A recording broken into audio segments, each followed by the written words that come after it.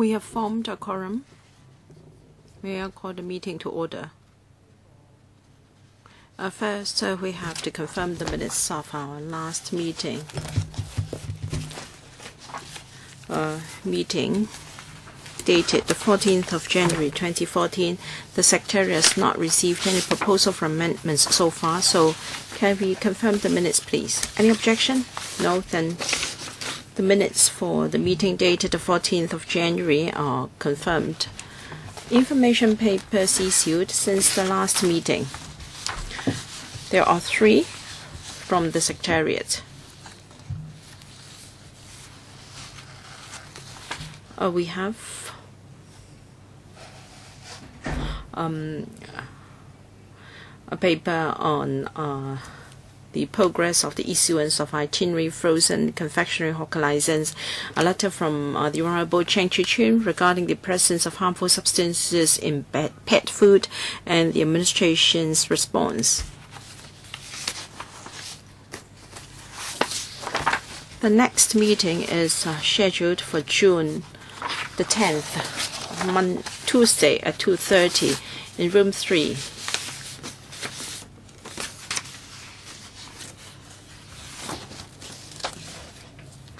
We have got 3 items lined up for that meeting, namely supply chain of powdered formula and Fisheries Development Loan Fund, and also supply of live cattle in Hong Kong. I notice that we have in number 11 of our list a study on wholesale markets. I suggest that we invite the administration to put this item on the agenda for June to give us an account of the study, because on the 17th of December we asked, or rather on the 17th of October last year, we requested the administration to brief this panel on the subject in the second quarter of this year. And on the 17th of May, we have a visit to the wholesale live poultry wholesale market and also vegetables wholesale market. We'd like the administration to give us a report on the study, and we also passed a motion for the temporary livestock wholesale market in Cheung to be relocated. So do members agree that we include this in our June meeting? Mr. Wong Kwok-heng. Thank you, Madam Chair. One of the items for the next meeting is supply of live cattle. Can we invite concerned groups to give us their views at the same meeting? Now, we already have 4 items, including the study on wholesale market. If we want to invite deputations, we may have to extend the meeting as well. If not, we will invite written submissions as well. Can members comment on this proposal, please? Madam Chair, I hope you agree to extend the meeting time a little bit, because the supply of live cattle in Hong Kong, well, a year ago, concerned groups came to express their views. As we all know, we don't have a lot of time in this session, legislative session. If we don't discuss it next week, we may have to leave it to the next legislative session. So I suggest that we lengthen our next meeting time.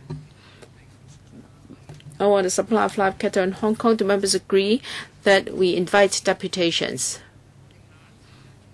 Because if we do, given that we have 4 items next time, so we have to extend our meeting. Ms. Sit-ho, I understand that we're concerned about the supply of live cattle and also the prices of live cattle, but this panel is on food safety. Can Mr. Wong Kwok-heng explain to us how are the prices of live cattle going to affect food safety?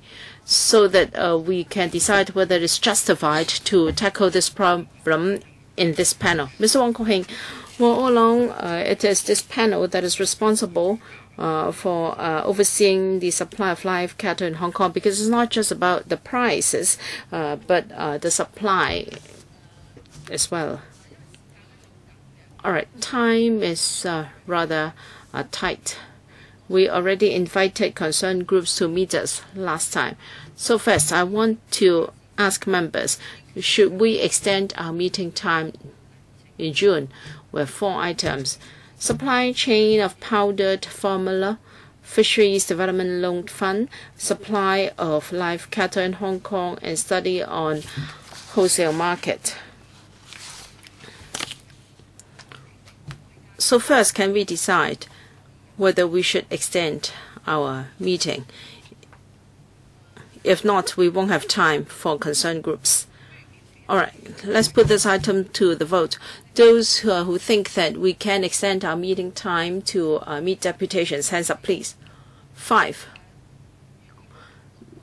6. Those who wouldn't want to extend the meeting time, hands up. All right, we'll extend our meeting time by half an hour. And we will invite deputations as well. Mr. Wong Ko-heng, do you have any idea how many are there? There won't be too many, so I think it should be okay to extend our meeting time for half an hour. Speaker is off mic. Why don't we discuss with you? Mr. Wong Ko-heng and the Deputy Chairman, please coordinate, ensure that, or it's best that we have concerned groups expressing different views. And the next item on the agenda is consideration of an overseas duty visit. Mr. Chen Han-pan and also Mr. Stephen Ho have written earlier to suggest that we visit Taiwan to see their cultural, their farming policy. And then there were also members who would like to make a visit, to pay a visit to the farms in Guangdong supplying food to Hong Kong. There can be vegetable farms or poultry farms, so that we can understand how food safety is being handled there, and we can understand our food sources. The Secretariat has prepared papers for us. There are 3. A fact sheet entitled Guangdong's Regulation of Food Exports to Hong Kong, a fact sheet entitled Food Safety in Taiwan, and an information note entitled Taiwan's Agricultural Policy. All right. Should we go on a duty visit to Taiwan or mainland, and what should be the purpose of our meeting? We have some time to allow members to express your views. Vice Chairman, thank you, Madam Chair. Now, Mr. Chang Ben and I support going to Taiwan very much to see the agriculture in Taiwan. And the Chairman mentioned that regarding food safety and food supply. Now, members last time talked about our positioning for agriculture and leisure agriculture, and Taiwan has done well in that regard. So how can we support the industry and also tourism in these policies? So we hope that studies can be done after the meeting. And also the hawkers subcommittee also proposed going to Taiwan to check the hawker policy there, and also that in Singapore. So I do not support putting the two together, that is both agriculture and hawkers, because the contents and the visiting members may be different. Now, concerning these documents, going to the mainland to see the food supply at source and the goalkeeping of the food imports, and also Taiwan's agricultural policy. Now, regarding these three documents, any further views? Mr. Chang Ben. I support Mr. Hon CHAN Chi-chuen's view. Taiwan has a lot to that we can learn from regarding agricultural policy and regulation. Now, we want to promote the recultivation of land in Hong Kong, and also I think we can also promote leisure cultivation. So we can learn a lot.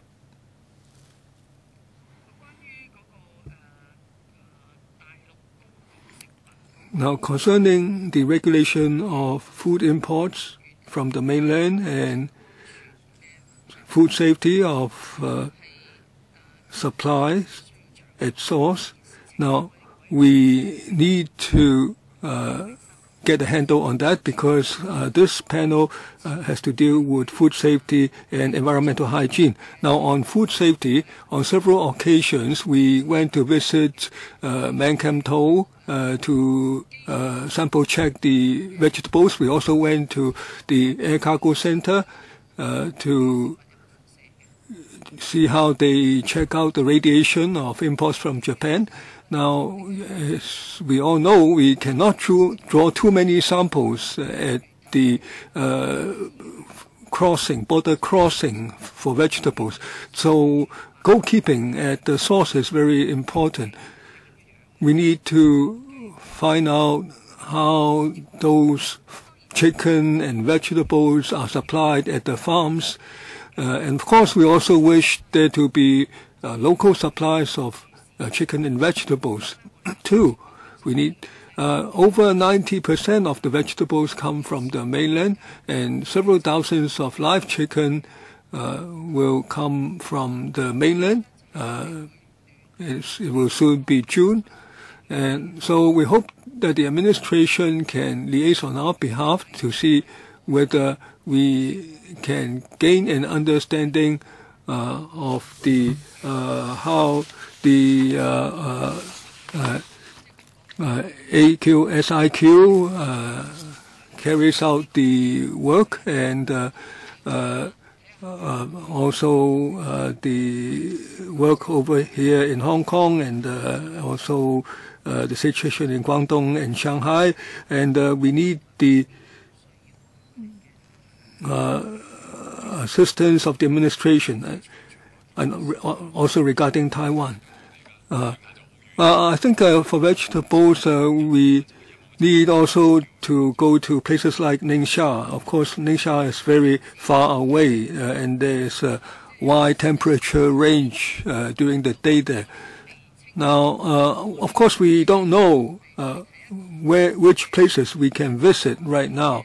We hope to see how they manage to do goalkeeping for the food supplies and the environment and the hygienic situation of food imports. So this will help our members in fulfilling our roles. So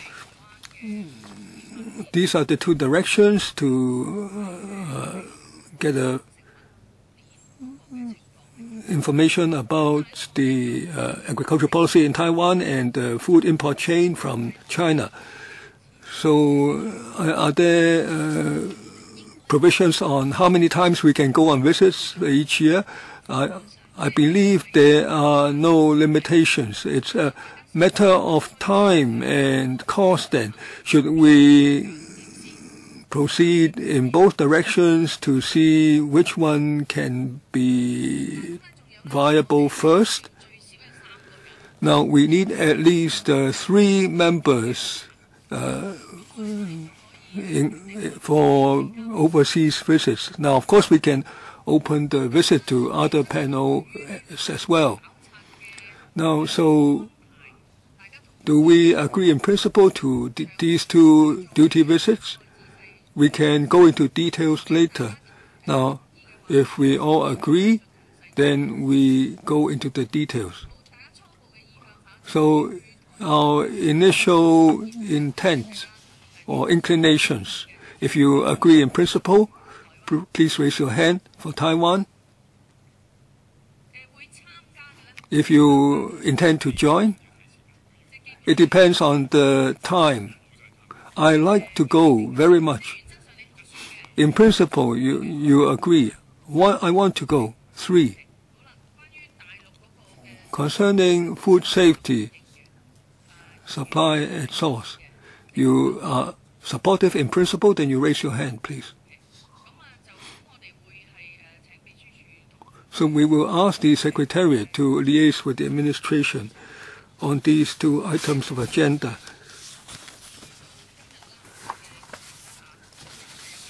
We have several items of agenda, nutrition labeling, and then mosquitoes and the bugs, bed bugs, and then the regulation of outside seating, accommodation for restaurants. So we invite the government representatives to join us.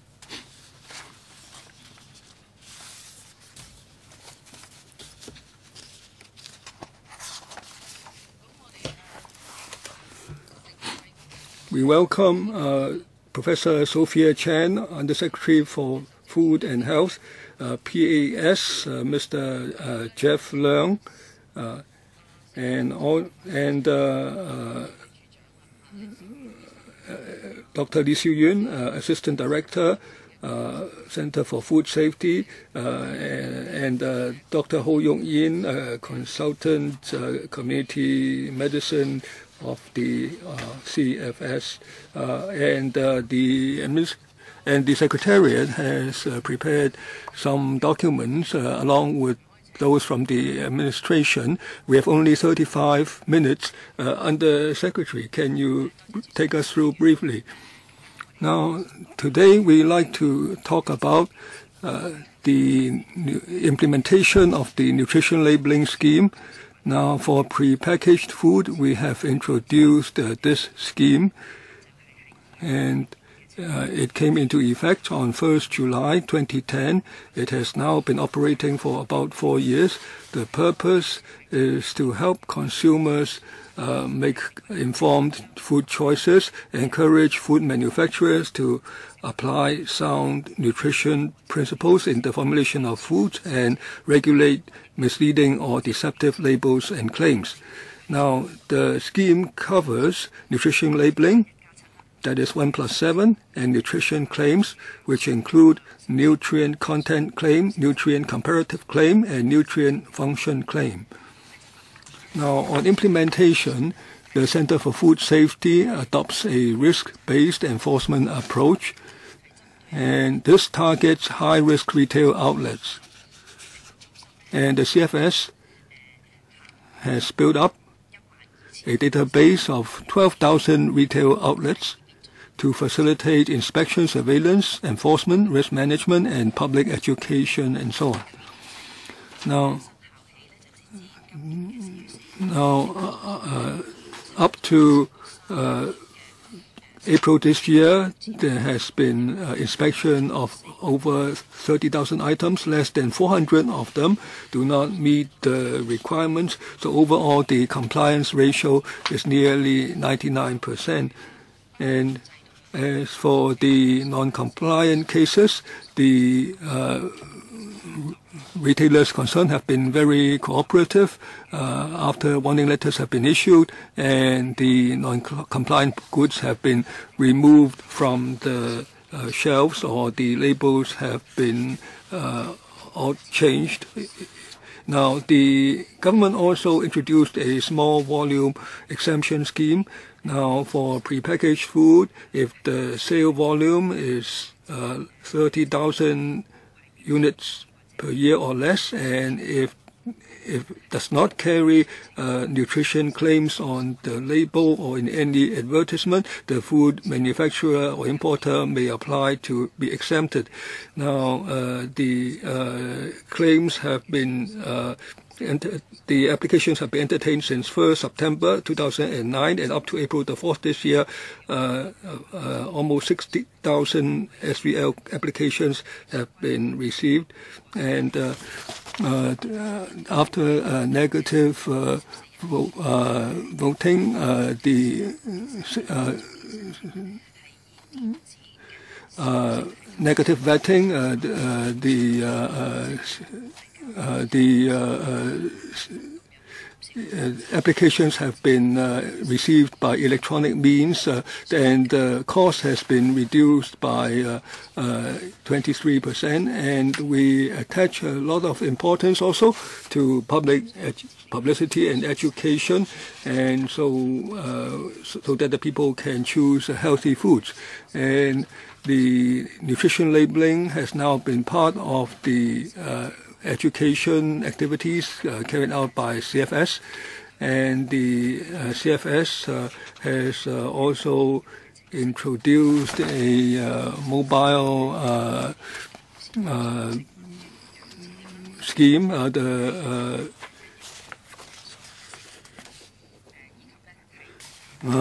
This is the nutrition calculator, so that people can estimate their nutrient intake as well as percentage over the daily intake limit.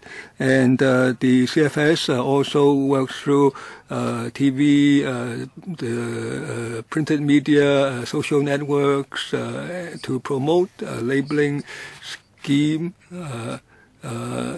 so that people can choose correct foods to avoid contracting hypertension. And also this year, the CFS has introduced a new teaching information kit about the nutrition labeling, and there also have been other activities to targeting the students and the elderly. And also, in order to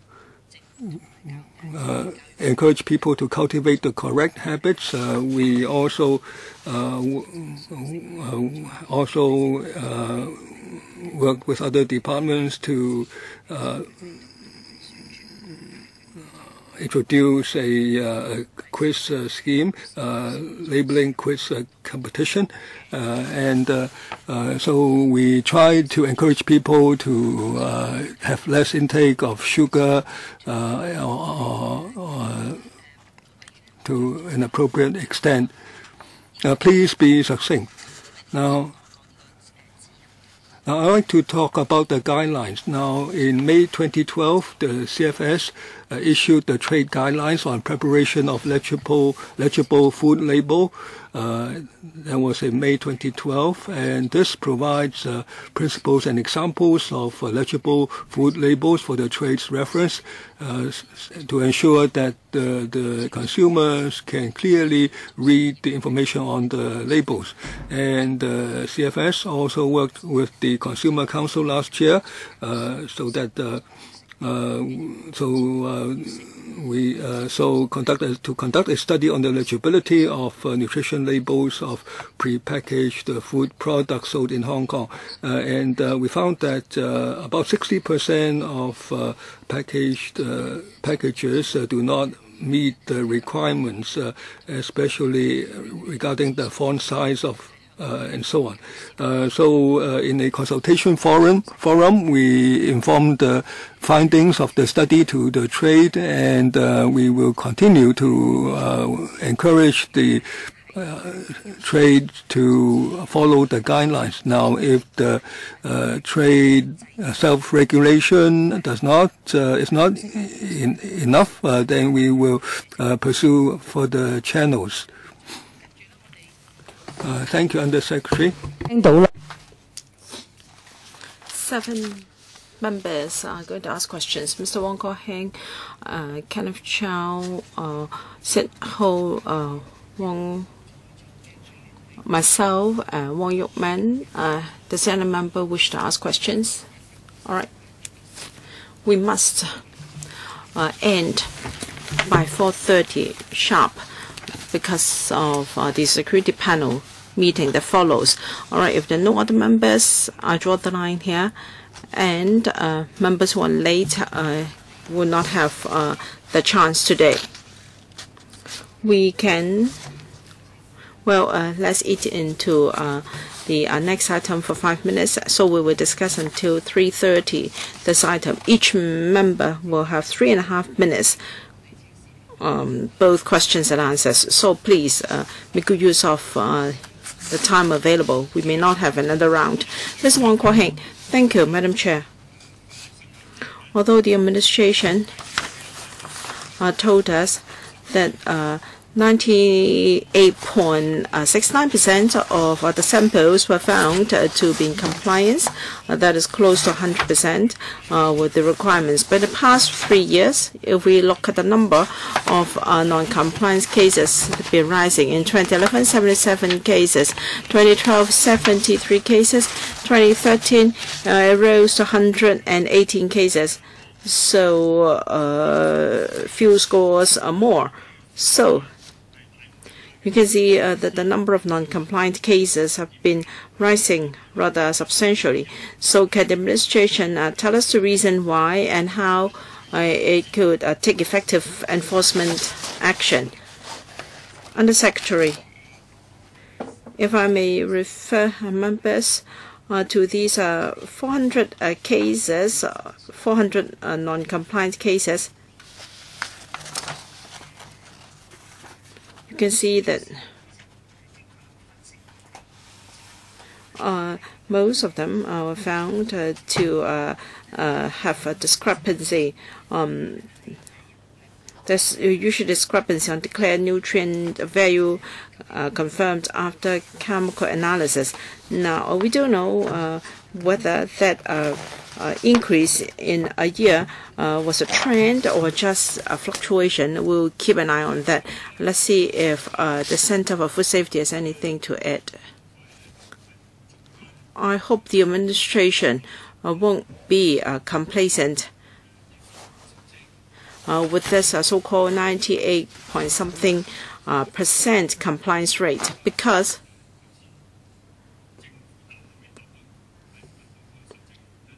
I don't think the administration knows the reason for the non-compliance yet, and it has to keep in view the situation, and I certainly hope that they do so closely, because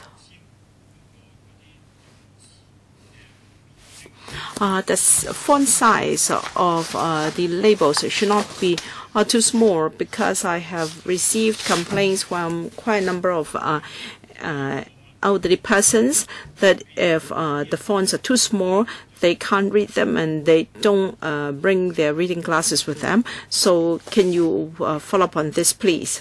Under Secretary, thank you. The legibility of food labels. Well, we have already issued a guideline for the trade, and we have proposed the font size, among other things, in the guidelines. I hope that will enhance the legibility of food labels. The Center for Food Safety has also explained this to the industry. We will continue to keep an eye on the situation. Yes, we have always kept an eye on the legibility of food labels. Well, these are guidelines only. If after a while the guidelines are found not to be effective, I believe you have to legislate. All right, the suggestion is noted. Dr. Kenneth Chen, Professor Kenneth Chen. Yes, we understand that there are guidelines. But if you look at the statistics, well, you may say that over 90, the compliance rate has been over 90%.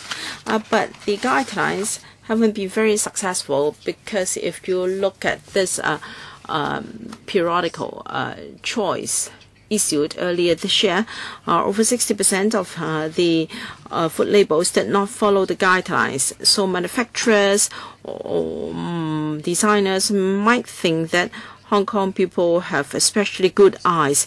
So even for font size that is small enough to go on a rice grain will be legible. Yes, you mean good by providing guidelines for the industry to follow. But when it comes to implementation, now, even the Consumers' Council found that 60% of the food labels were against your guidelines. You still talk about holding workshops and seminars, and I don't think the industry will pay heed to your guidelines. All right. 60% of the food labels are found not to be compliant with guidelines. Other than begging them to make the food labels bigger, what are you going to do? Because the guidelines are not legally binding on the industry. And if the food labels or the font size is so small, in Hong Kong people are very concerned about food safety, food allergy in particular.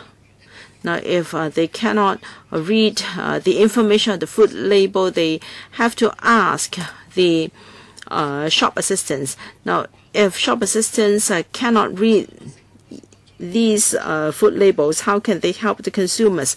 So please do not just talk to the industry, but talk to shop assistants and customers as well. What specific measures do you have? First, for the 60% that are not in compliance with the guidelines, what are you going to do about them? And secondly, do you have any legislative timetable? First, the follow-up. There are 60% or 60-odd non-compliant cases. Some of them are very blatant breaches, and so we have issued warning letters. If the persons concerned do not improve, as suggested by the warning letter, we will prosecute afterwards. And for food labels that are not in line with the guidelines and yet still legible, the CFS will check subsequent samples to see if there are any improvements. If not, they will take enforcement action.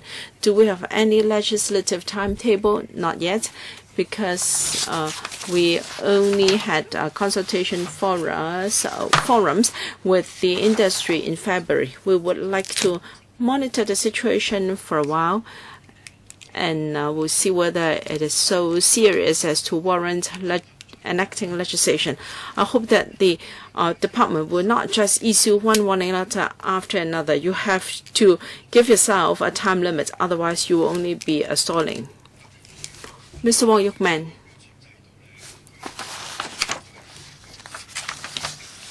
The labeling system covers both nutrient content claim and nutrient function claim in comparative claims.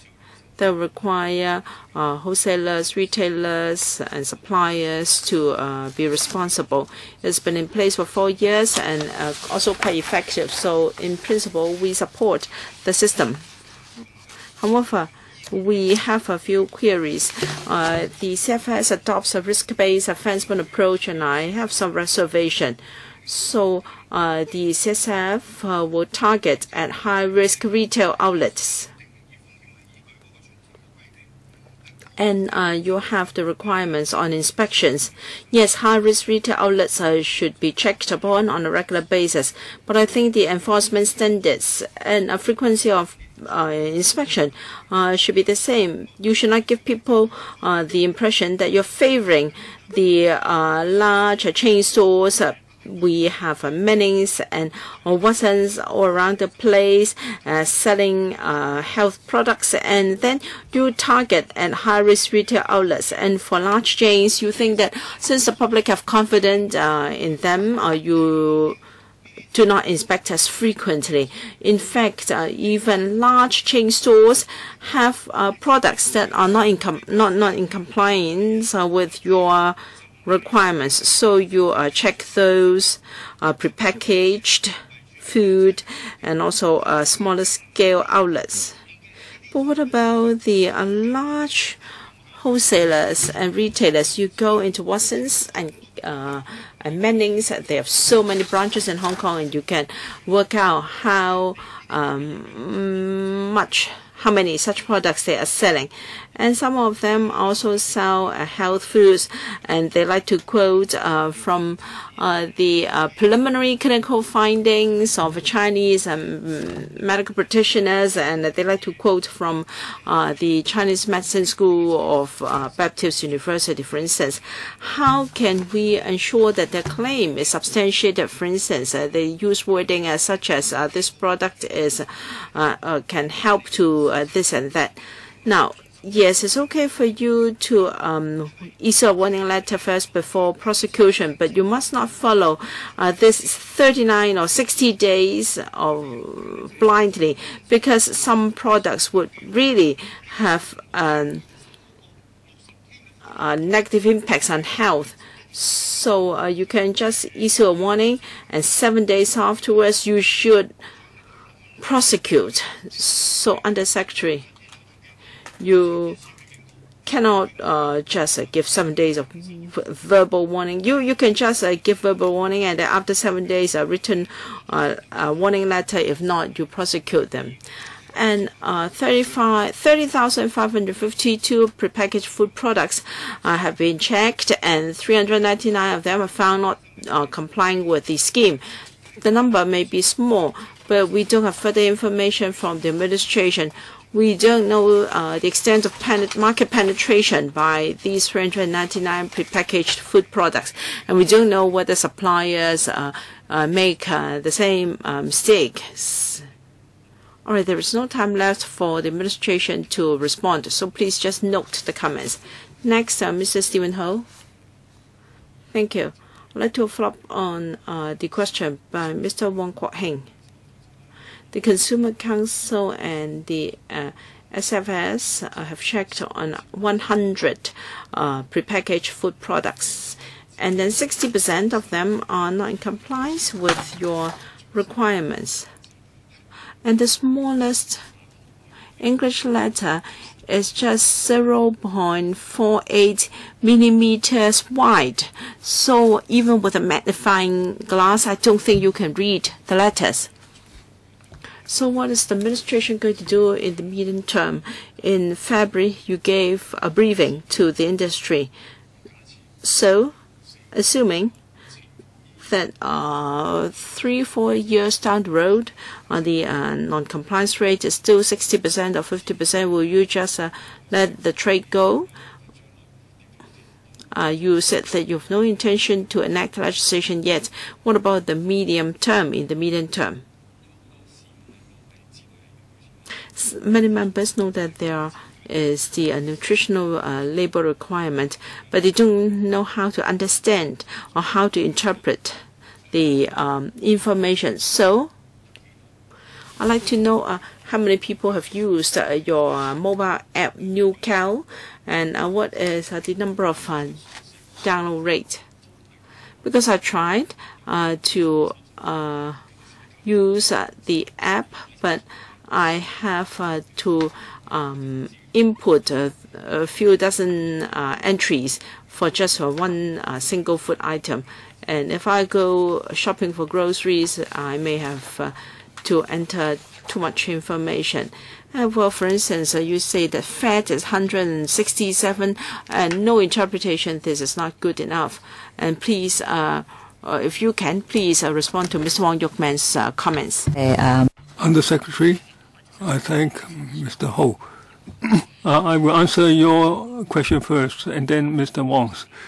Now, on the 60-odd infringements, now, what are the medium-term measures? Now, the CFS can comment on that. Now, as I understand, the CFS already issued warning letters to the more serious cases, infringing parties, and the next step is prosecution. And as for the rest, they will ask for return of further samples to see if there have been improvements. The CFS, anything to add about the interim measures? Now, as we said, there were 63 samples that we were not very happy with. 8 of them we have checked, and then we issued warning letters, and then we followed up. 5 already improved the nutrition labels, and as for the remaining 3, they stopped selling the food. As for the other 55 cases, as we know, the guidelines are not yet legally binding, so we've talked to them, and we will see whether they will improve, and then we'll follow up. Now, if they don't improve at the moment, we cannot miss it whole. I'd like to ask the Undersecretary. Now, the guidelines are not yet legally binding, so how do you prosecute? Based on what legislation?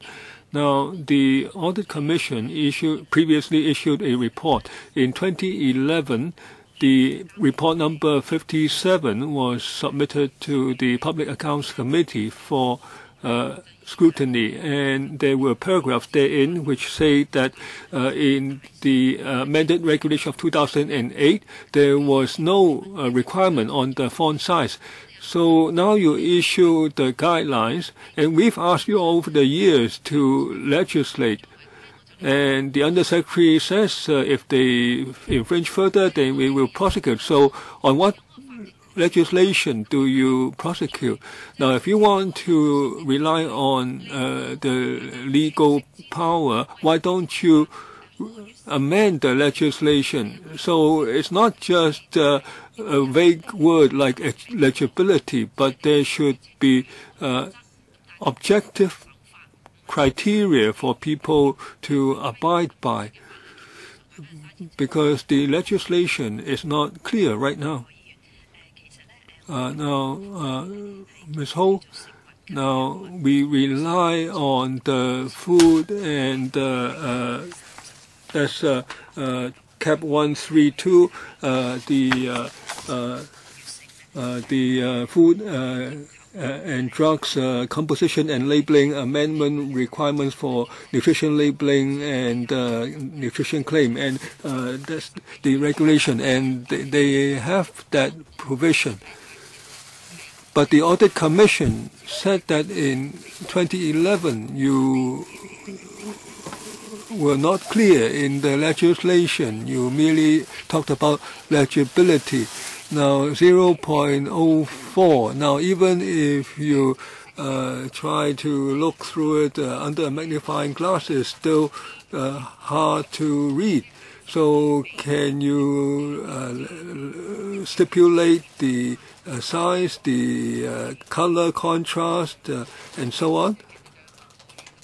Now, right now, it's illegible because they haven't had measures for a long time. It's not just in the interim.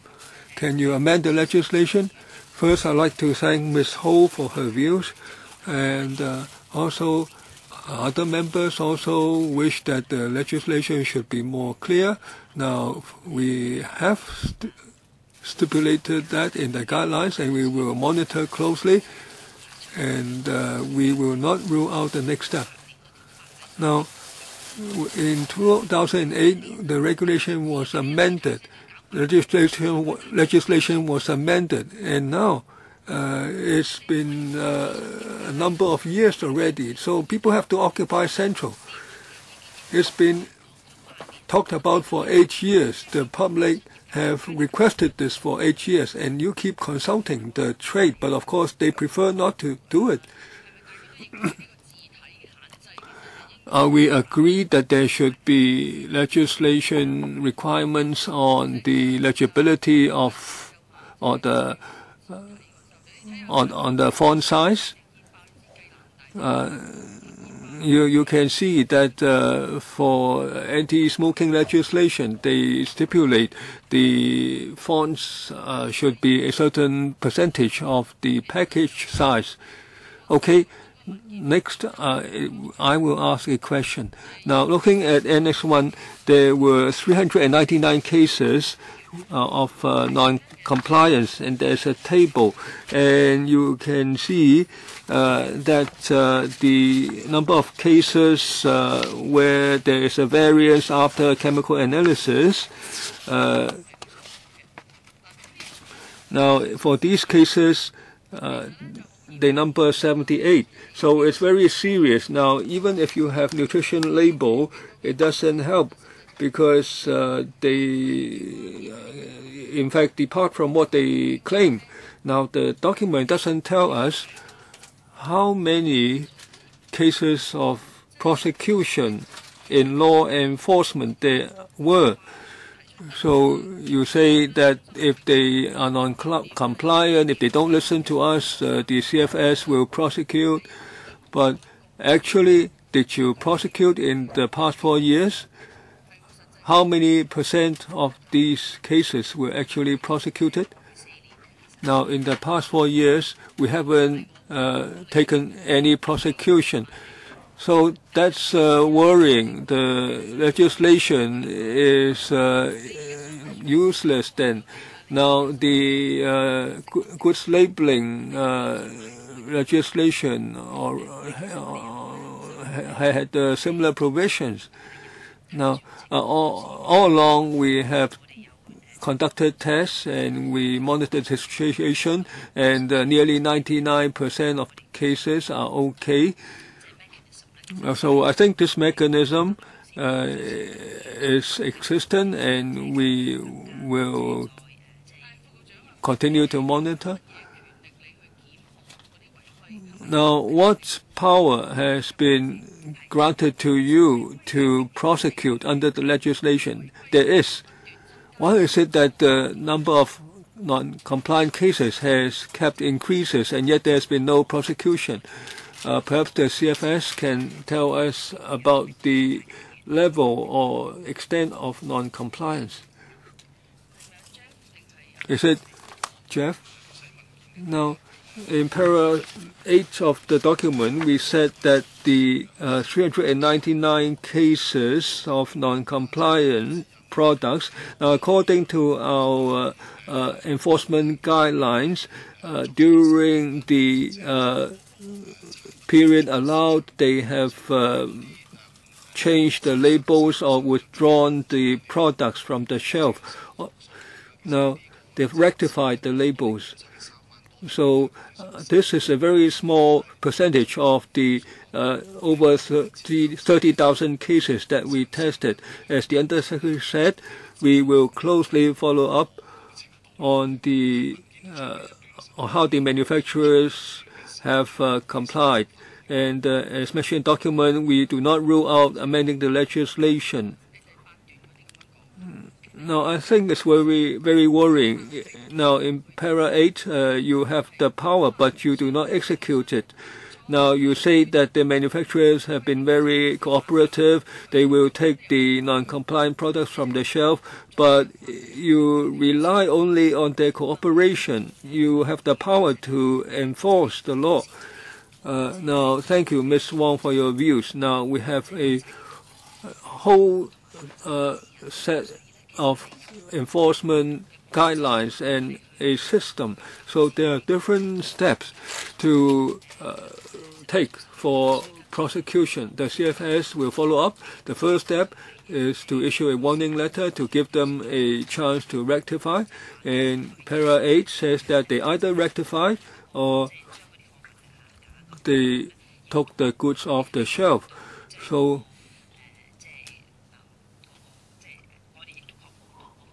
this way, we ensured safety.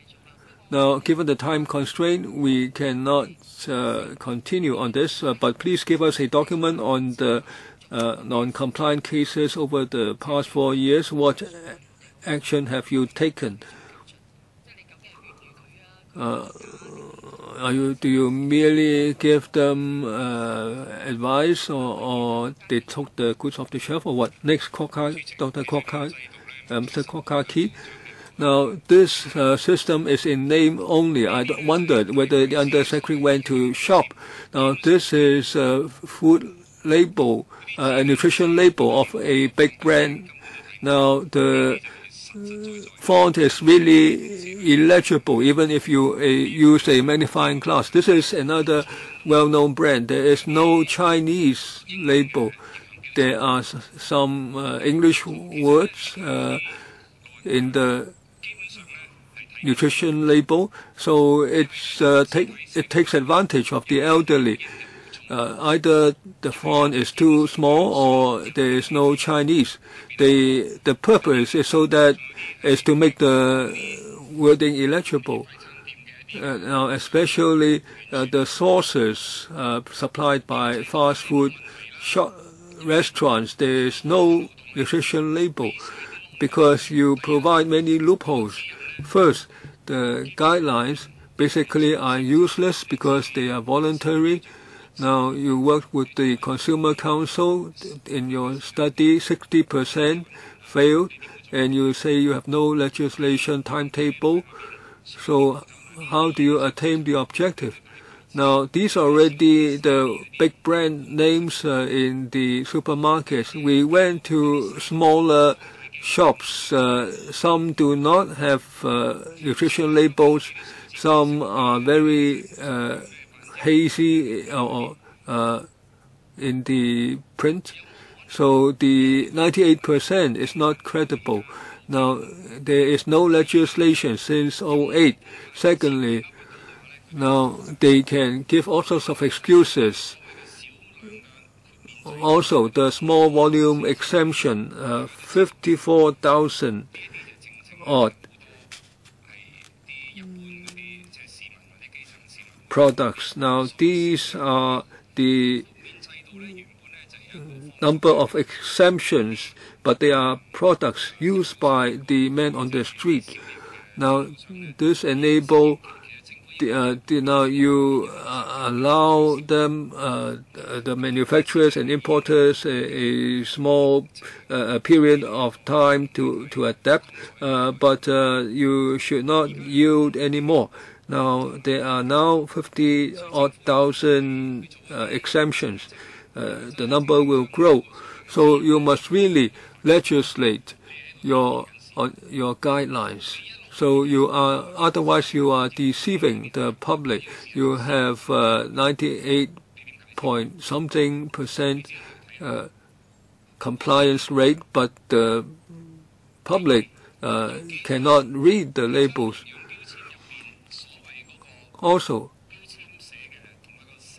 how many people have checked what's the figures on compliance between the wording and the actual content of the food after analysis is done?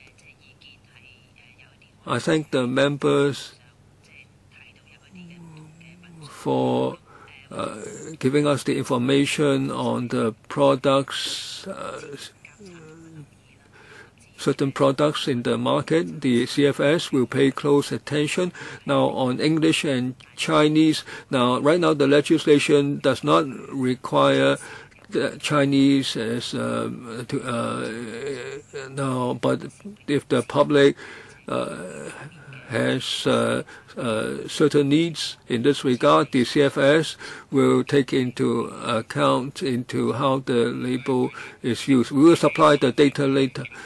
Now, when will you come back and review the legislation on the continued exemption for the English wording and legislation? The font size, yes. And why has there been no prosecution? And the exemptions, whether you will review that, it's now been 4 years.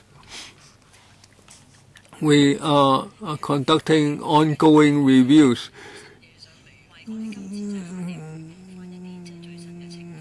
We are here to report the latest situation. Although we have no timetable, we commit that after listening to the members on this occasion, we will come back and study the matter again.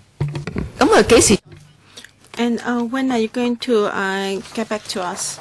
Members would like to have a clear timetable as to what next. Otherwise, if we just spend 30 minutes today, it's just like a talk shop. So when are you going to give us a paper on improvements to the scheme? Every year we do come back to report to this panel the implementation of the legislation. in the next legislative year, we can come back and give you another progress report. So can we accept it? Certainly not. Last time, when the Audit Commission raised this issue, the administration set up a working group or a consultative group to consult the industry. From 2010 to now, it's been 4 years, and the scheme has proved not to be working. There have never been any prosecutions. The administration has just issued warning letters. If the scheme has proved not successful, then you must take other measures. I think members' views are clearly expressed. We want a timetable from the administration as soon as possible. Given that the scheme has been enforced in force for 4 years and it hasn't been effective, you must conduct a review of the system. Please tell us when you can get back to us and give us information. How do you follow up on the non-compliant cases? But when should they give us a reply? Within 2 weeks? Well, in our June meeting, can you give us a paper on the progress of your review, okay? And also responses to issues raised by members this afternoon. Okay. I thank Ms. Sito and other members for your views. I do appreciate that this is a subject very close to the heart of members. We will consider your views.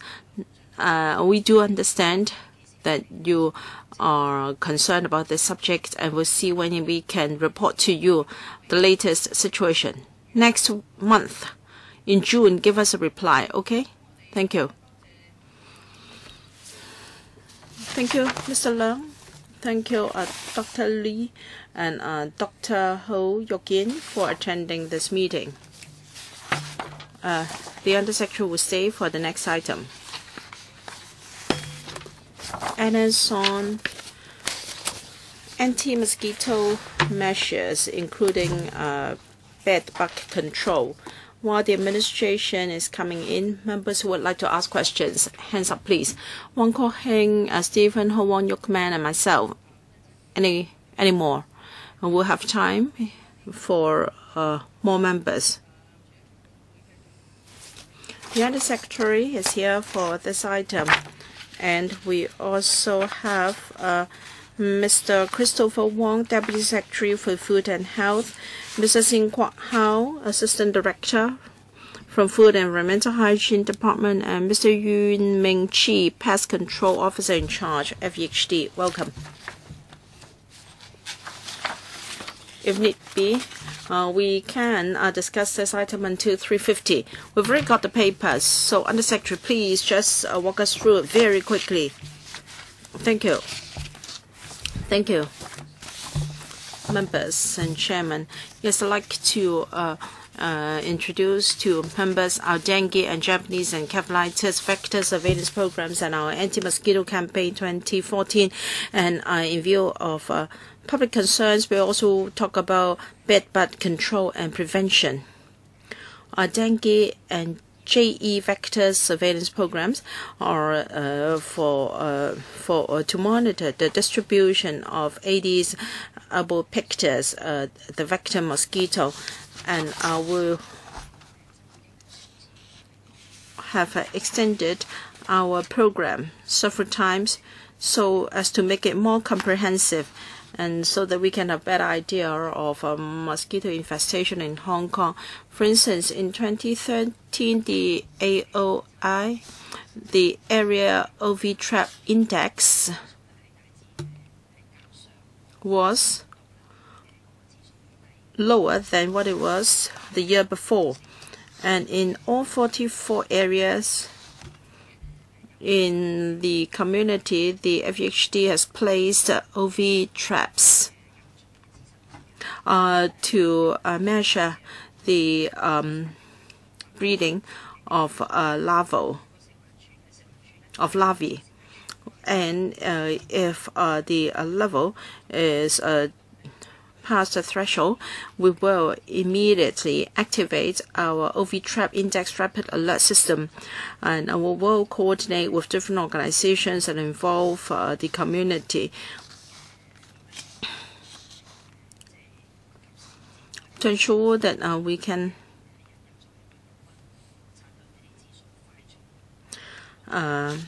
control mosquitoes rapidly. We've introduced the OV Trap Index Rapid Alert System, targeting the management offices of residential premises, social welfare facilities, schools, construction sites, and utilities companies. Now, if the OAI or AOI reaches 20%, subscribers to the systems will be individually notified by the relevant departments, and subscribers will be invited to post up specifically designed alert notices in the common parts of the premises to remind the occupants and management staff to take control measures. And as for the JE Vector Surveillance Program, well, last year there were 2 local JE cases reported, and so a JE Vector Surveillance Program was set up. We have collected samples of JE vectors, which is the Culex Trityneorhynchus mosquito, and none of them were found to be carrying the JV virus, and the program on JE virus will continue in Yunnan in the summer months of April to October each year. It is the FHD's duty to take the lead in anti-mosquito campaign, so it has got various publicity activities to enhance the public's understanding. Every year, together with other government departments, FHD carries out anti-mosquito campaign and to encourage the public to take part. We started the first phase in February. For details, please refer to the paper. Lastly, prevention of bed bug infestation. We understand that members are concerned about the possible infestation of bed bugs in public housing estates in particular. Now, there is no evidence which indicates that bed bug spreads diseases. However, bed bug is considered a nuisance pest, and it can cause sleepless nights if you are bitten. So if there is any report of bed bug infestation, FHD will take action. Usually, they like to hide on cracks of walls in bedroom, folds and tufts of mattresses, coils of springs, cracks and hollow posts of bedsteads, as well as the upholstery of chairs and sofa, and the more commonly found in indoors of private residential premises. And there's been reports of such infestation in PRH estates. The FGD has maintained very close liaison with the HD, and it has provided expert advice on the handling of bed bug infestation. And talks have also been organized. Please really speed up, Under Secretary. Yes, to enhance tenants' level of alert level.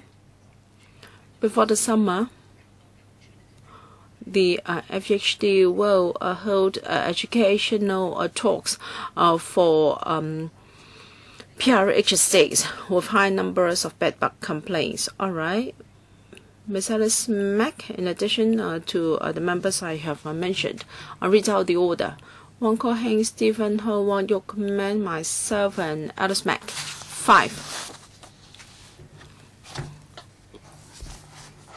4 minutes each, please. Questions and answers. Mr. Wong Ko-heng. Thank you. I'll focus on bed bugs infestation. This was first reported by the media. At first, the situation was not so serious. However, the housing department did not attach enough significance to this subject, and I think the infestation is spread. It appears that FEHD would only provide education when there are complaints from HD. And what else has the department done? And the Undersecretary said that they would only take care of the public areas of PRH estates. As we all know, bed bugs are usually found in low-income families where living conditions are not so satisfactory, or in elderly households or grassroots. Perhaps they have picked up unwanted furniture back home for their own use. So because the problem was not controlled at first, it is now spread. And I think we faced with a situation unprecedented for a few decades. So please don't say that because bed bugs do not spread diseases, you will not take care of the problem. I think you should provide more resources to support grassroots families in PRH estates to help them in terms of prevention and control. Because if they're required to find a pest control company to work for them, it can be very expensive. So if these households come to seek help, will you accept? Will you entertain them? Thank you.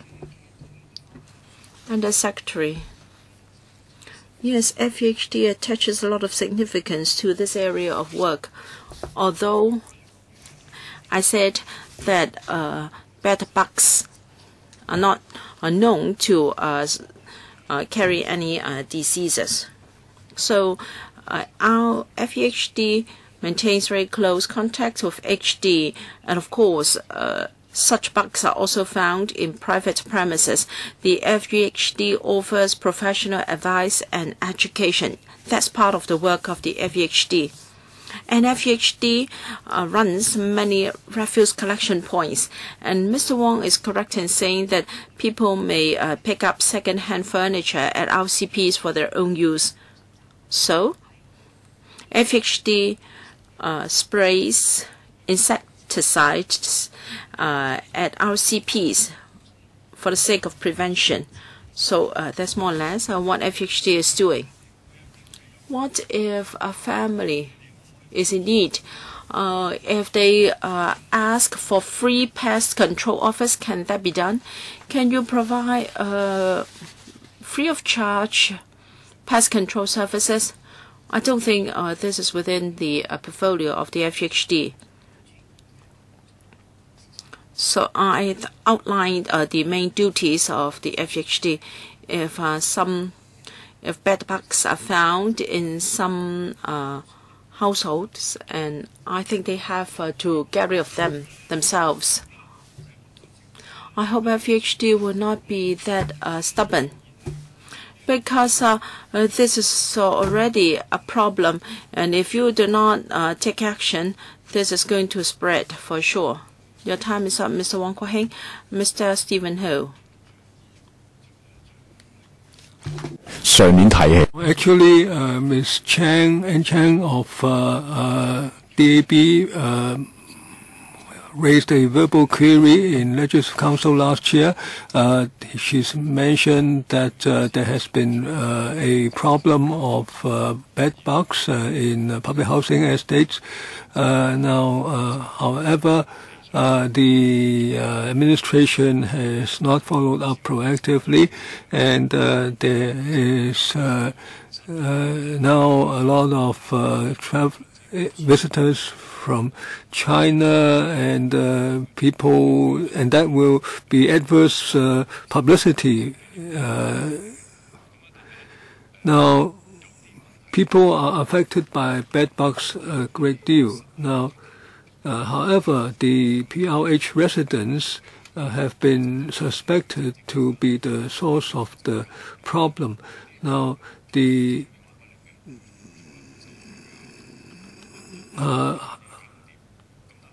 housing department asked for some these residents to improve. However, even the demerit point system does not work. So how do you deal with this, Director of FEH? How do you work together with Housing Department?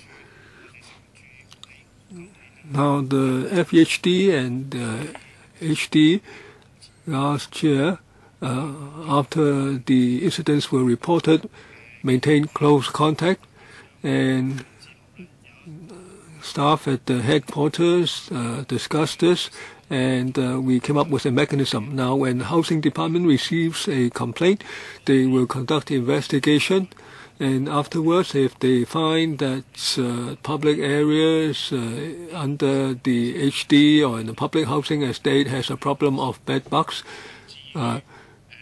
they will conduct the necessary action. Now, if the HD tenants have certain needs, they will provide assistance. For instance, if units for the elderly, for instance, people with special needs, the HD will propose to kill the bed bugs for them, and if necessary, to move out the unwanted furniture. How many such actions have you conducted, and are they free of charge? Mr. Wong Kwok Heng asked about this. Now, the HD informed us that they will provide such assistance, and to our knowledge, the cost was not paid for by the resident, but from other parties who provided the help. You mean the NGOs? Yes. The Undersecretary? Nothing to add. I'd just like to add one point. Now, there's no evidence that bed bugs will transmit diseases. I'm concerned about that. Have you studied the case in other countries or places? Because once there's transmission, then we have a big problem. Next, Mr. Wong Yuk Man. Thank you, Madam Chair. Well, I hope you will not use the term "diewalk." This is foul language. Please do not be discriminating against females. Now, I'm not being discriminatory against females.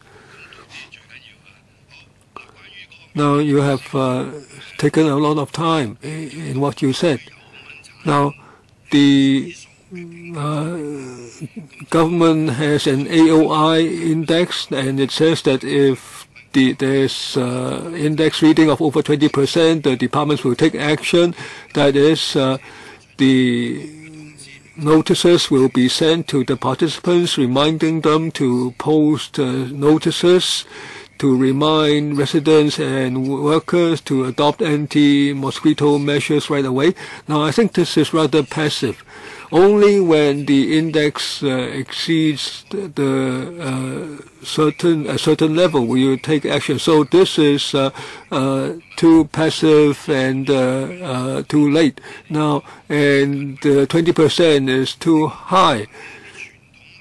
Now, and you say that in traditional areas of high infection like Cheung Kwan O, Lam Tin, and Kwun Tong, now the work should be ongoing. And we are also concerned about the landfill areas. We are not sure whether the dengue problem has to do with landfills, but you must try to take extra action in these districts. Otherwise, you will see a recurrence of the scenes seen today.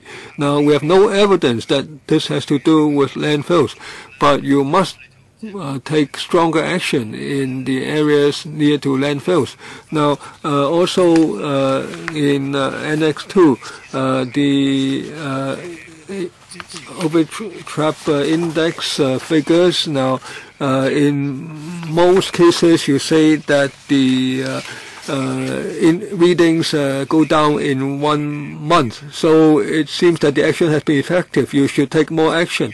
Now, you say that there are 3 stages in your anti-mosquito campaign. Now, actually, the stage 1 and stage 3 are not times of the year where mosquitoes are active. The stage 2 should be extended. And also regarding bed bugs, now, previously, people didn't talk much about bed bug problems in people's homes. We only heard about those in cage homes, etc. But now it's been said that bed bugs are found in the clothing of travelers from the mainland, and also in furniture imported from the wooden furniture imported from the mainland. I also have some issues with the figures. Now, Annex 1, 2011 and 2013, the comparison with the average figure for the past years. Now, we don't see a significant difference. Now, the figures are too far back. Now, for the port AVI index, now all the port area readings should be listed.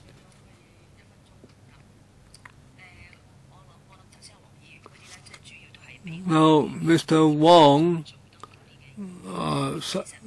offered us many suggestions on how to improve our work. I believe the FEHD colleagues will take note. Now, as for the 20% AVI, the index reading, now I believe that the 20% figure has been used for many years and has been effective. Now, if we want to compare with the past, then we probably will continue to use this 20%. The director? Now, I'd like to respond to Mr. Wong. Now, the 3 stages of anti-mosquito campaign actually is not just over the 3 stages. Now, actually, after each stage has been concluded, now we would have an targeted anti-mosquito campaign or action. Now, so the anti-mosquito campaign goes on at different times of the year with different themes. For instance, in July and August, we would focus on the vicinity of certain farms, animal farms, and where certain animals might come in or go out.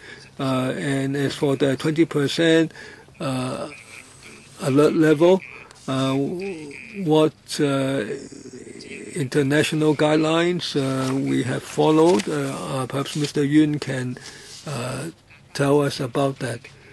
Now, please be brief. Now, the 20%, now, in the first few years, the reading fell from 30% to 20%, and we find that 20% is sufficient to provide a warning or alert to the public so that they can take anti-mosquito action. If necessary, we can lower this level further so that people can take the anti-mosquito action earlier. And there haven't been that many cases of dengue fever in Hong Kong. There were 4 in 2001 and none since then. So it seems that the anti-mosquito campaign or action has been quite effective, and we will not rule out lowering the 20% further if necessary. Now, I'd like to ask, now on the overtrap index, now in Kwun Tong Central, that has a high reading. Now, what does Kwun Tong Central mean? Now, the Kai-Tak new development, is that part of Kwun Tong Central, the administration? No, that's Central Kwun Tong. Kai-Tak right now is part of the port area right now. Now, for Kai-Tak, you say in the document that the Kai-Tak cruise terminal is now an area under observation. Now, the residents tell us Kai-Tak is a large piece of land, but 2 housing estates have been completed. There have been public housing blocks, tens of stories tall, and the residents tell us they have been bitten a lot by mosquitoes. Now, the cruise terminal is very sparsely populated. There are few tourists, but there are many people at the 2 housing estates. Now, at the open space there, there have been pools of water, puddles, and there are lots of mosquitoes, and you don't pay attention to them, and yet you pay attention to the cruise terminal. There are no ocean cruise vessels here yet.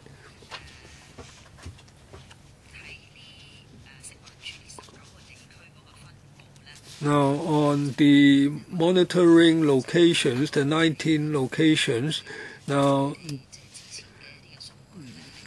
they were chosen based on past figures of high incidence. Now, there are 2 public housing estates, over 10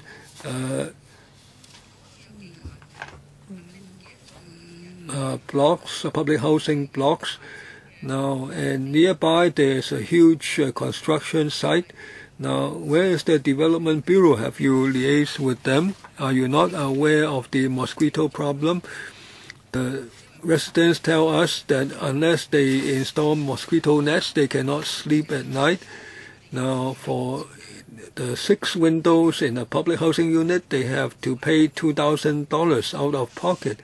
So what have you planned for Kai Cheng Estate and Duck Long Estate? Perhaps the FEHD can inform us about the choice of locations.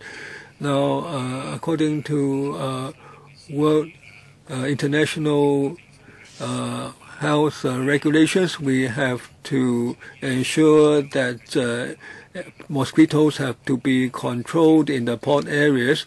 So Kai-Tak has become an area of control. As for the Kai-Tak area, the CEDD has set up a group and they meet every month. And since middle of last year, anti-mosquito campaign has been part of the agenda, and our colleagues, our regional officers also joined in the discussion. As for our Kowloon City office, every week they go and inspect the places, and they will notify the housing department if necessary. Will you cover the 2 housing estates of Kai Tak into the Kowloon Central, Kwun Tong Central area, where we will review the coverage of the OV traps in this area, and we will cover the densely populated areas too. I'm telling you that we have a few tens of thousands of people living in the 2 PRH housing estates. Well, if there are indeed such housing blocks, we will consider covering them. Please do so quickly. Ms. Alice Mack. In fact, the greatest source of mosquitoes are from land being held by the HD, the FEHD, and also LCSD. Well, just next to a drain at the entrance of a park, we have seen many mosquitoes, and we don't know whether it is the LCSD or FEHD's responsibility. I hope that these departments can set out clearly whose responsibility it is, because sometimes the areas are not managed by FEHD but by LCSD instead. I think LCSD is the laziest when it comes to mosquito control. We are frequently bitten by mosquitoes and mites in parks. They're very small, and I think the Undersecretary knows what they are. Now, for kids who have been playing in parks, their legs are very itchy because they've been bitten by these mites. So please discuss with LCSD so that they can enhance their cleansing work. Sometimes FEHD is aggrieved because perhaps the housing department hasn't done a good job, and we blame it on you. So please discuss among yourselves, and please relay our message to the Lands Department. The Lands Department holds many government plots that are hoarded up by mesh wire. Well, it sounds good here, saying that they will spray mosquito oil there, but for some of the plots, they have been visited for more than a decade. Recently, I visited a plot in Tsingyi. It's interesting that they have 2 security guards to watch the plot around the clock, but the weeds are never removed, and there is never any mosquito control measures. So please express our dissatisfaction, because I am of the view that LCSD and Lands Department that holds a lot of plots in the territory are not doing a good job at all in terms of mosquito control. Undersecretary. Thank you, Ms. Mack. We do have a mechanism, and Ms. Mack is entirely correct in saying that different departments are responsible for different places. We have an interdepartmental conference, hoping that each department will do its own duty and be responsible for their own plots. Director. Well, all district officers of FEHD take the lead. When the AOI is over 20%, then a district task force meeting will be convened, and departments will be reminded to step up measures. It is a regular mechanism. Every time around March, before the wet season, the superintendent of our individual districts will convene a meeting of the task force and will review black spots of last year, and they would review such areas first. And before the rainy season, my department always coordinates anti-mosquito measures. All right, please, better coordination among different departments. I think we have to end this item here. Thank you very much for your attendance. All right, the last item. regulatory measure and enforcement actions against illegal extension of business area by food premises. Please invite the officers to come in. So, Under Secretary, please sum up the paper in 2 minutes. I'll try my best. Thank you, Chairman. We'd like to brief members on the regulatory measures and enforcement actions implemented by the FEHD against illegal extension of business area by restaurants and other food premises, with a special focus on the new enhanced measures adopted or being considered in response to the Ombudsman's recommendations in his report of direct investigation published last year.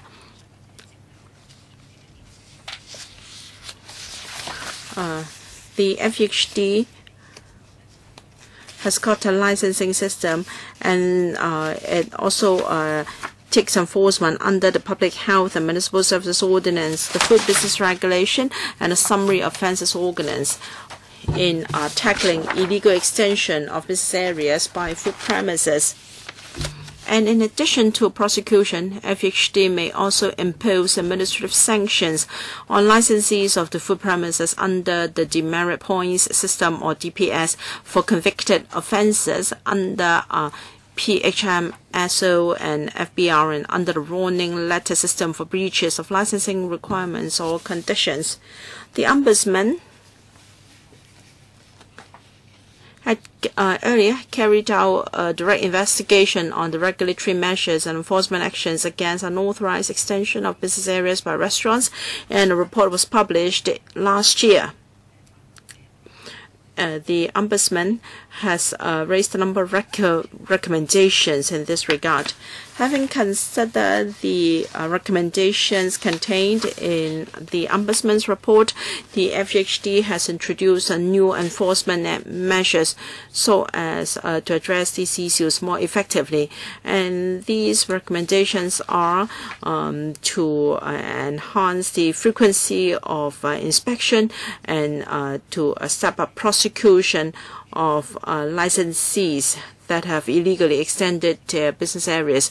They've also expedited prosecution procedures and provided records of convictions, such as the number of breaches, views of the District Council, the extent of illegal occupation, and also pictures for the court to decide to mete out heavier measures. Starting from end of May 2013, a task force has been set up to take enhanced enforcement action at targeting areas such as Chun Wan and Kwai Chung. Since the deployment of the task force to Kwai Chung and Tsing Yi, 72 and 30 and 71 prosecutions have been taken respectively in Chun Wan and Kwai Tsing, respectively, and the FEHD has also suspended 10 food business licenses for a period varying from 7 to 4 days, and it has also cancelled 8 food business licenses under the current sanction systems. And there is intention to extend the task force to other districts with similar problems. For suspension and cancellation of licenses, the FEHD has expedited the cancellation and suspension of licenses for repeated offenders while they are pending the decision by the Licensing Appeals Board or the Municipal Services Appeal Board.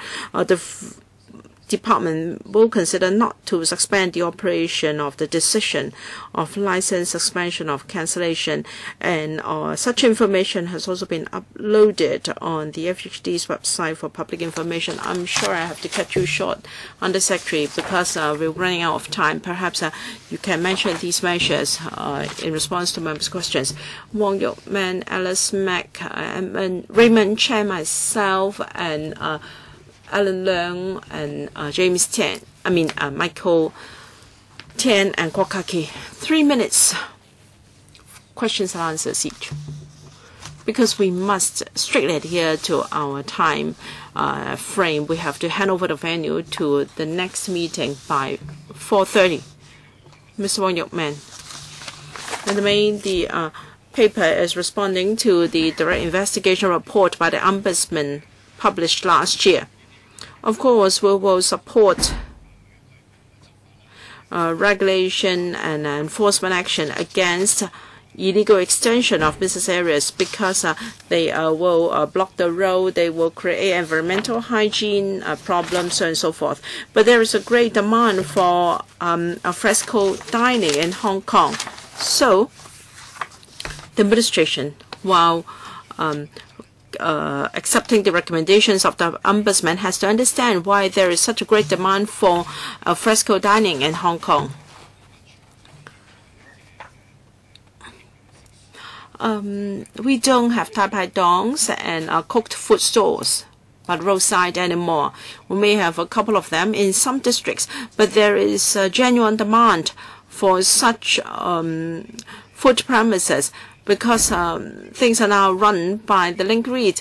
We used to have very popular cooked food stores in Lower Outer Kok Estate, for instance. But now all cooked food centers are being run by the link read, and in these shopping malls, you only have the chain stores such as KFC, McDonald's, Café de Coral, Fairwood, so on and so forth. So this is something you have to consider.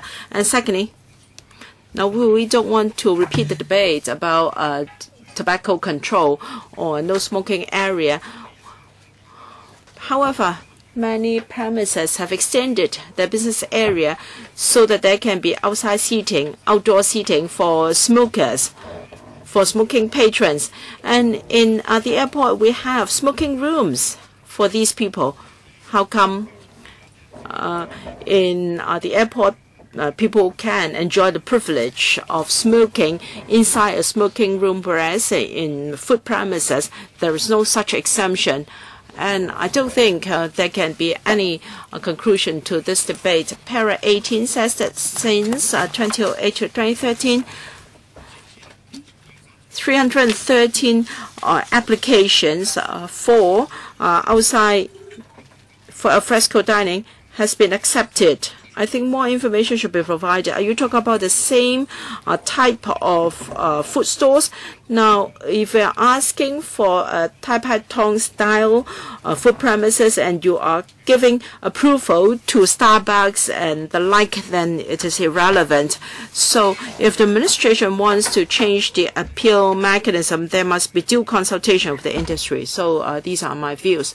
All right, Mr. Wong has just spent his 3 minutes. There is no time for the Undersecretary to reply. Can I reply very briefly? Please do so in writing. Please do so in writing. Ms. Alice Mack, 3 minutes. Very quick.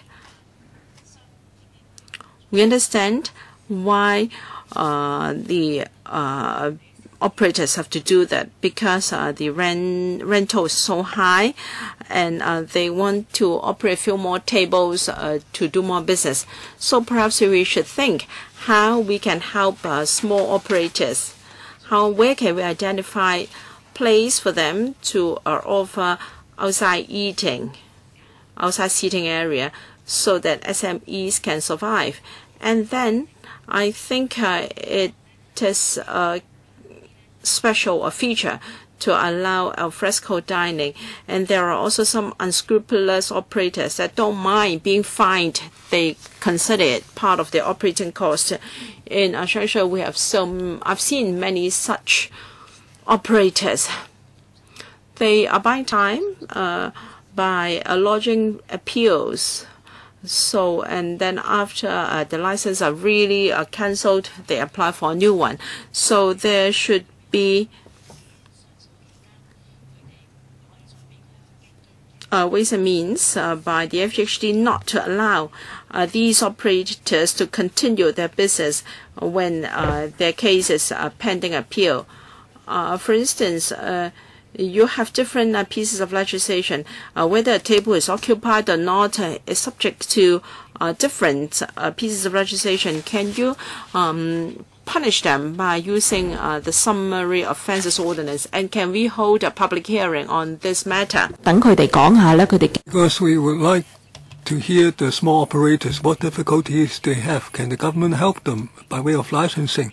And also to let the residents tell us how they have been troubled by these unscrupulous businessmen. Can we have a public hearing? The Undersecretary, I thank Ms. Mack for her views. The FEHD have noted your points. Now, so in response to a suggestion by the Ombudsman, we hope to simplify the appeals mechanism in that the appeals period, mechanism period will be shortened so that they cannot continue to operate during that appeal period. And both Ms. Mack and Mr. Wong mentioned that they hope there could be more outside seating for these small operators. Now, one of the recommendations by the Ombudsman is that they hope the FEHD will consult the district council so that the DCs can provide some sites for open-air dining. Now, the FEHD is doing this, but some district councils tell us that there's no such space. We will talk to the administration about Ms. Mack's point, because consultation documents have been issued. We cannot maybe accommodate this in our regular meetings. Perhaps we can have a special hearing, and we might invite the Kaifongs and the small operators.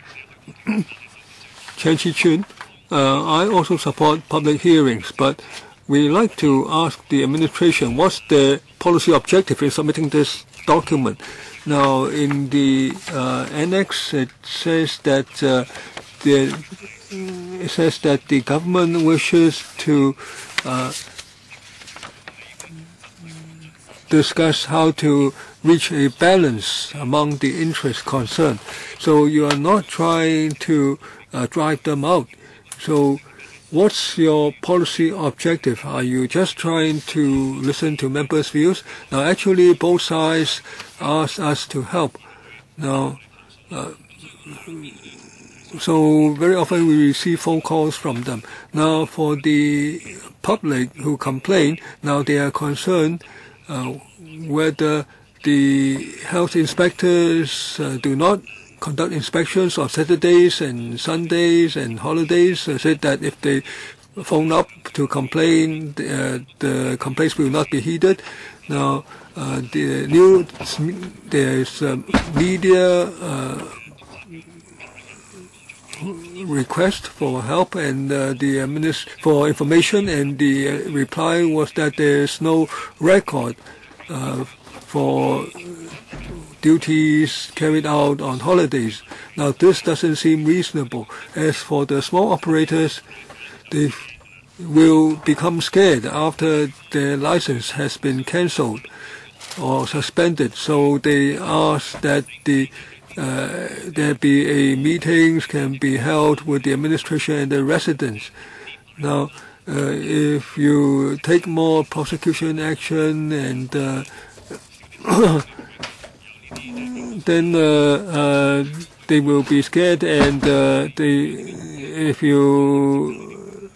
then there will be less complaints. So we will take up the responsibility. Now, on policy objectives, now mainly it's first, the Ombudsman has certain recommendations, so we hope to report on the steps taken by the FEHD.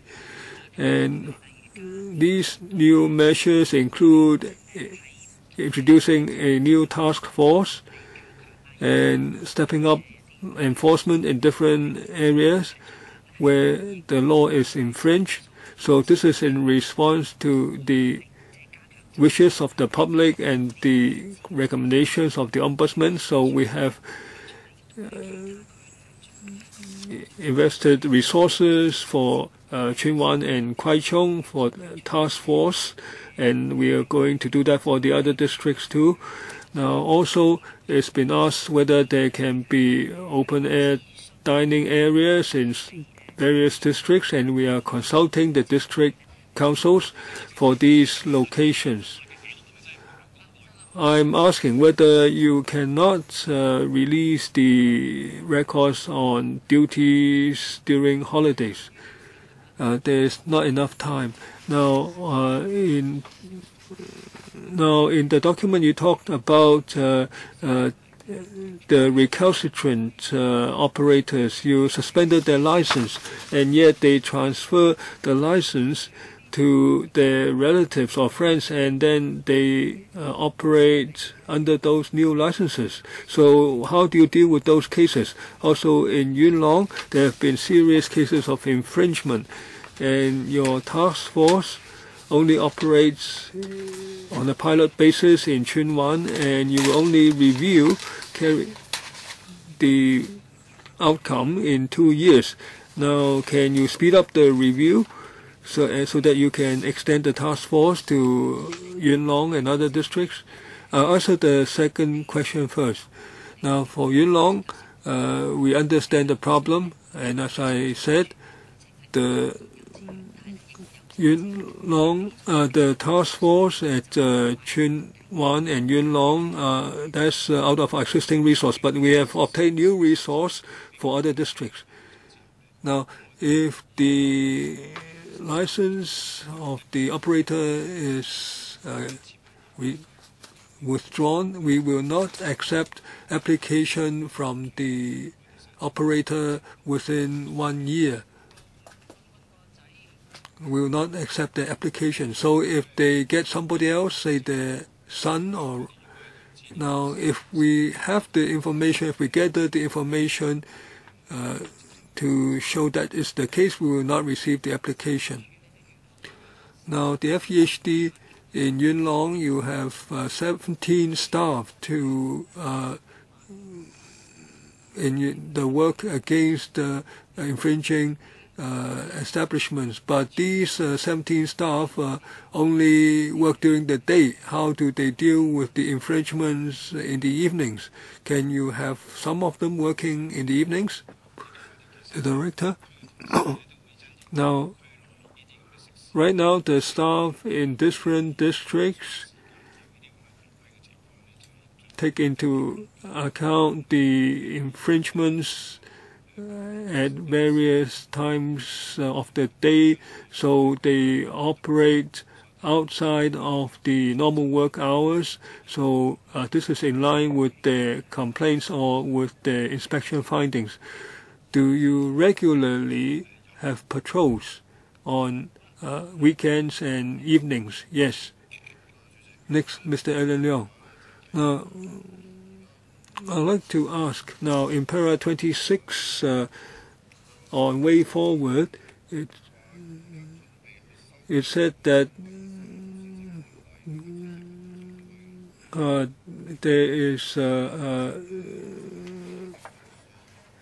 it would involve there would be legislative amendment to the provisions in the Public Health and Municipal Services Ordinance and the MSA ordinance in order to remove the one level of complaint. Now, do you have a timetable? Yes, we will work in this direction to simplify the appeal mechanism, because the appeal mechanism is in the legislation, so we need to amend the legislation.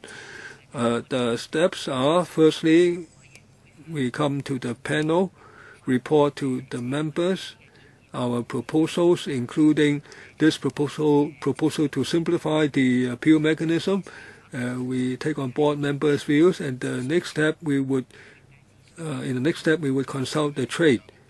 So in para 26, you do not mean that you will definitely go ahead. You mean you have to consult first. How about the timetable for consultation?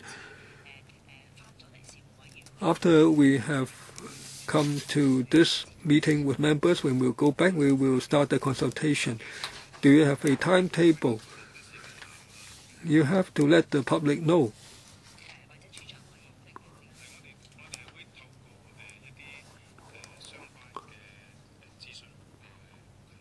We will work through channels for consultation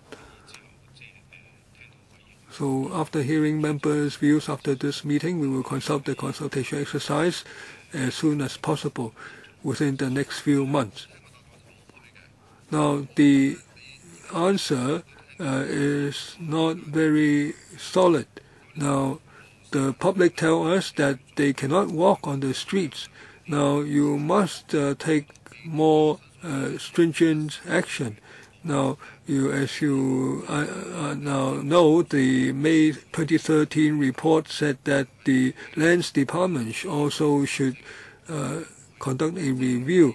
Now, the steering committee now will only take action when when land is occupied illegally. Now, the ombudsman says that this should be done. Is it that the Lands Department will not take the action? We will forward these views to the Lands Department. But it's 1 year ago. Now, we have learned from the Lands Department that at the end of last year, they have set up a work group that includes the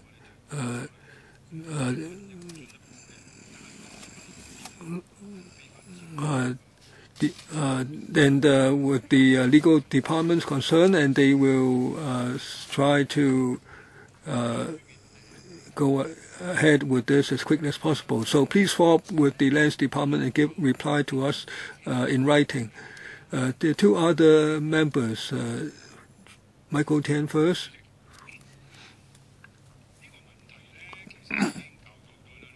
Now, this issue has been ongoing for many years. Now, Tsuen Wan is on a pilot basis. Yuen Long is a serious problem area, a black spot.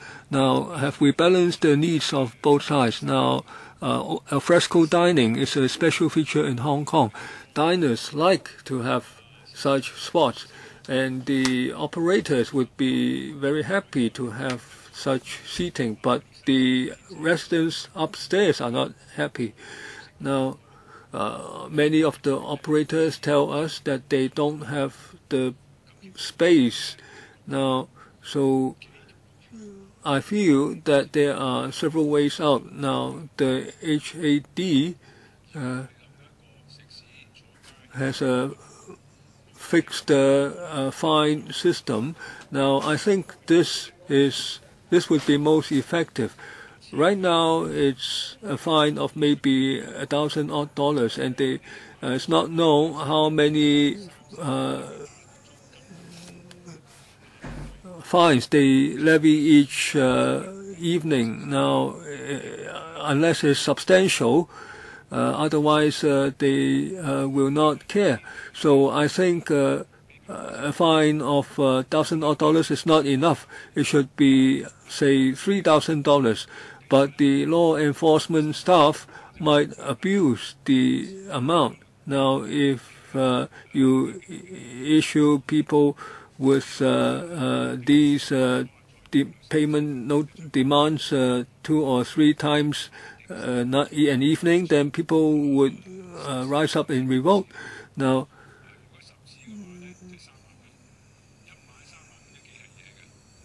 if you get 10 demands an evening, that would be $30,000. Now, we should prevent law enforcement staff from abusing the system. Now, finally, I'd like to ask, in the future, will you implement this by legislation, and yet you enforce it in a loose manner? Now, actually, very often, part of the pavement, say 2/3, is occupied by these tables, and 1/3 of the pavement is allowed for people to walk by, and then the people upstairs will not be too upset because there are not that many tables. Now, we have to surrender the meeting room to another group. So, Mr. Kwok Ha-ki, can you be very brief? Now, the issue is when this would be implemented, the two-tier appeal mechanism. Also, you say that you have a task force and it will be effective. That shows the past enforcement action by FEHD has been ineffective. Now, so in that case, you should have a task force in every district. In Tuen Mun and Yuen Long, the problem has been very serious. So the issue is, when would you send your task force to all these areas?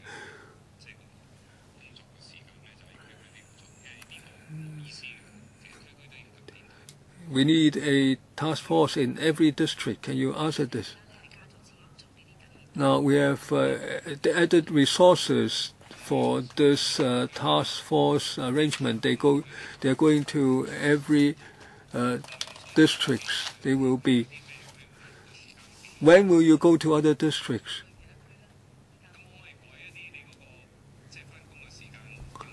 Can you change the working hours? If you talk about additional resources, that seems hopeless.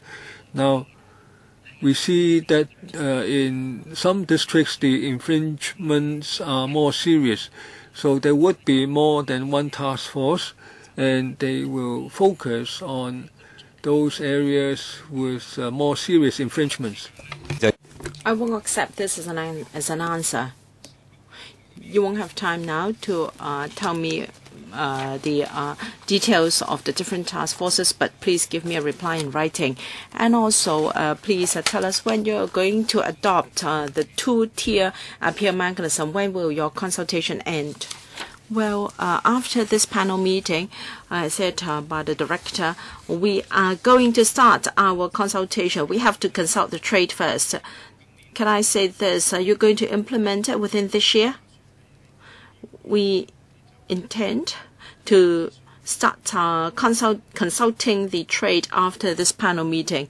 Dr. Kwok, we said that we're going to organize a public hearing because there are a lot of issues to work on, the task force, and also how to strike a balance. We also like to hear the views of the industry. So we end our meeting here. Thank you very much for your attendance.